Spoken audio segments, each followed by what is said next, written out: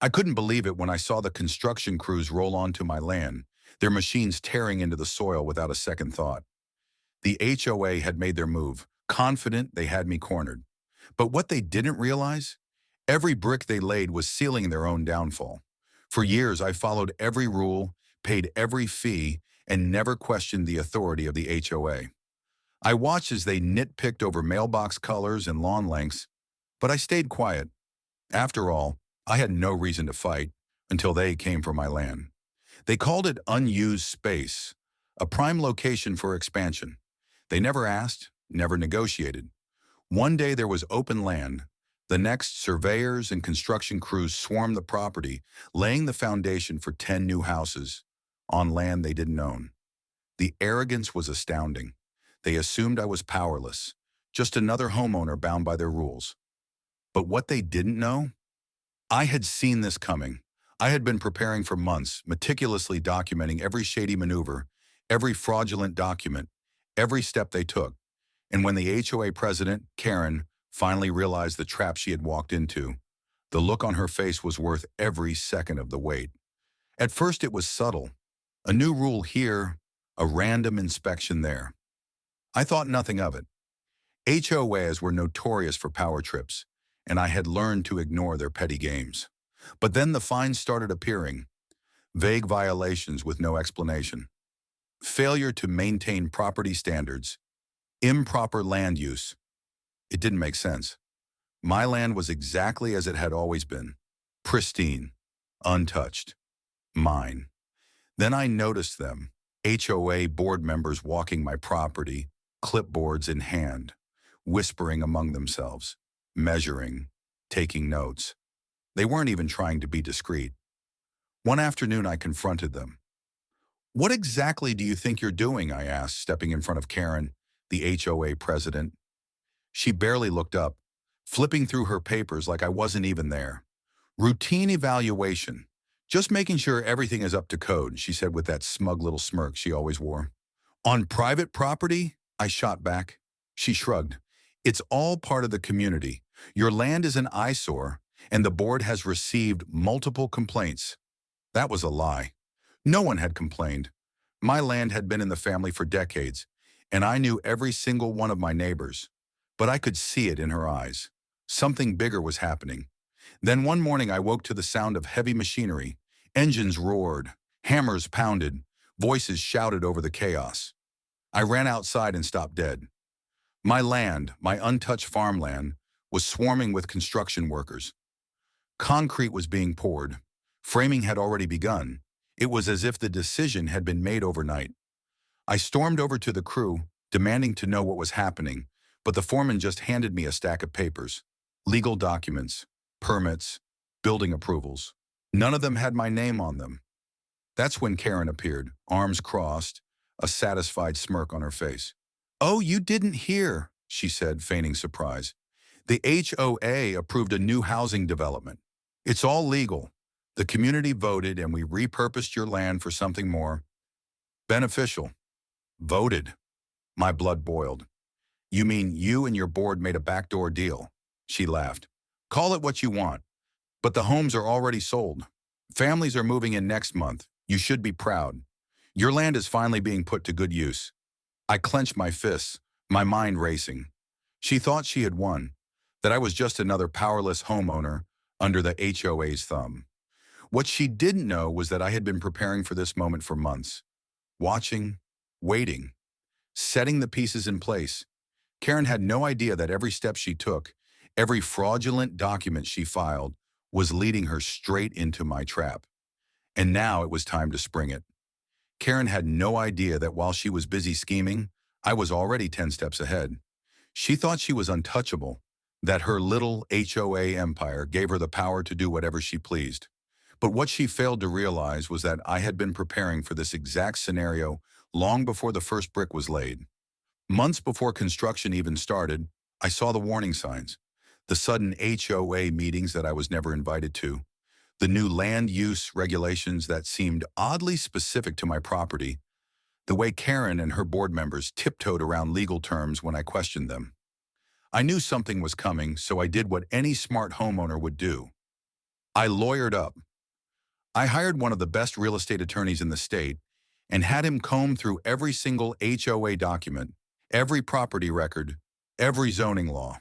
Together, we built an ironclad case, reinforcing my land rights and making it legally impossible for anyone to seize it without my explicit consent. And then, we did something even better. We waited. We let Karen dig her own grave. By the time the HOA broke ground, I already had everything I needed. The moment those houses were built, the trap was set. And then, finally, the best part arrived. The day the new homeowners were handed their keys, each of them moved in with excitement, ready to start their lives in their brand new homes. But what they didn't expect was the notice waiting for them in their mailboxes.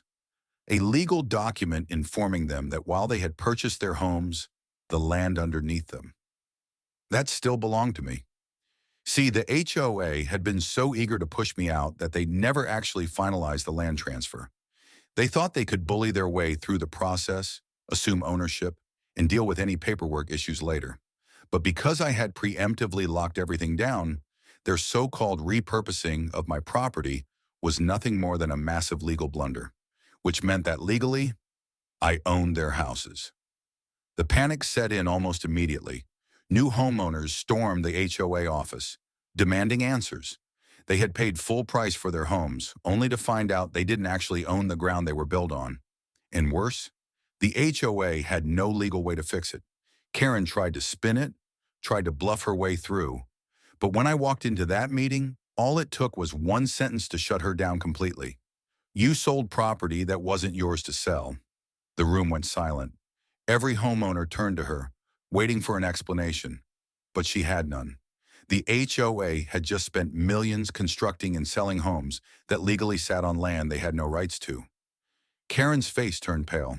She stammered, looking through her paperwork as if she could magically make the problem disappear. But there was no loophole, no technicality that could save her. The contracts were clear. The land was still mine, and now every single person in that neighborhood knew it. She tried to threaten me. You can't just take their homes. That would be illegal, I smirked. Kind of like what you did to me? She had no response, because she knew, just as everyone in that room knew, that she had lost. And the best part, I wasn't the one who had to deal with the fallout. The HOA was. They were now on the hook for refunding every homeowner, dealing with lawsuits, and somehow fixing a mess they had created entirely on their own. And Karen, the once powerful HOA president who thought she could bulldoze over me without consequences, she was about to face the kind of reckoning she never saw coming. The day of the HOA meeting arrived, and I was ready. This wasn't just about proving a point. It was about delivering the final blow. Karen had spent months acting like she was untouchable, like she could take whatever she wanted without consequence. But today, in front of the entire board, the homeowners, and her loyal lapdogs, she was about to realize just how wrong she was. I walked into the meeting room with purpose, carrying a thick stack of documents. Every eye turned toward me. Some of the homeowners whispered among themselves, confused but curious. Others, the ones who had received my legal notice, looked downright furious. Karen, sitting at the head of the table, straightened her shoulders and forced that same smug expression she always wore. But there was something different in her eyes now, uncertainty. I placed the stack of documents in front of her. Then, loud enough for everyone to hear, I said, "You tried to steal my land? Well, congratulations. You just built 10 houses on property you don't own." Silence. Karen blinked. "Excuse me?" She let out a nervous chuckle, flipping through the pages. "This is ridiculous. We have legal ownership of that land." "Do you?" I tilted my head, watching as her fingers trembled slightly while scanning the documents. "Because according to these records, every single home you just built is sitting on land that legally still belongs to me." The tension in the room shifted. Homeowners, who had initially been focused on their own concerns, suddenly realized the weight of what I had just said. "What does that mean?" one of them asked, his voice laced with concern. "I bought my house fair and square." "It means," I said, turning to face them, "that the HOA had no right to sell you that property.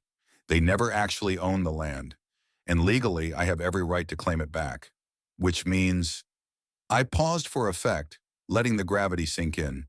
Your homes? They technically belong to me. An explosion of voices filled the room. Homeowners shouted over each other, demanding answers, demanding refunds. Some of them turned on Karen directly. You lied to us, a woman in the front row shouted. Where's my money, Karen? Another man growled.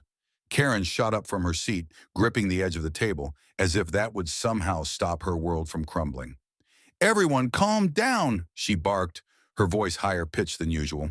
This is all just a misunderstanding. We can fix this. I let out a small chuckle. No, Karen, you can't. I turned back to the room.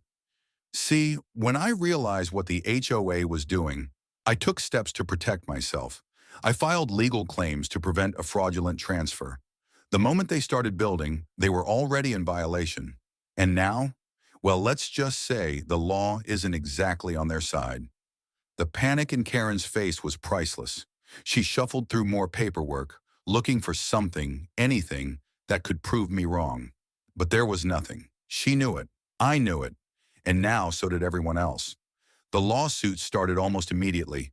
Homeowners banded together, filing complaints against the HOA for fraud and misrepresentation. Some demanded refunds. Others wanted Karen personally held responsible. The HOA itself was in shambles, drowning in legal trouble with no way out. And Karen? She tried to hold on, to fight back, but the pressure was too much. Within weeks, she was forced to step down as HOA president. The board turned on her, desperate to salvage what little credibility they had left. But it was too late. The damage was done. As for me, well, let's just say I walked away with a hefty settlement, one that ensured I would never have to deal with HOA nonsense again. I sold the land, at a premium of course, to the very homeowners who had been wronged, making sure they got their properties the right way this time. And Karen? Last I heard, she moved out of the neighborhood. Something about needing a fresh start. I hope she enjoys it, because I know I did. The HOA was left in ruins, their empire crumbling under the weight of their own greed. Lawsuits piled up, the board was fractured beyond repair, and Karen, well, she lost everything. Her position, her reputation, her influence, it all vanished overnight. For the first time in years, the neighborhood felt different. People weren't afraid to push back anymore. The iron grip of the HOA had loosened, and homeowners finally had a say in their own community. It should have been the perfect ending. Justice had been served and I had won. But just when I thought it was over, Karen made her next move. It started with whispers, legal threats, a last-ditch effort to reclaim her power. But then things got personal. False reports filed against me, mysterious damages to my property, even a surprise visit from code enforcement. It was clear Karen wasn't done fighting, and this time, she wasn't playing by the rules. Want to hear what happened next? Drop your craziest HOA story in the comments. And don't forget to like, subscribe, and stick around. Because trust me, this next one gets even wilder.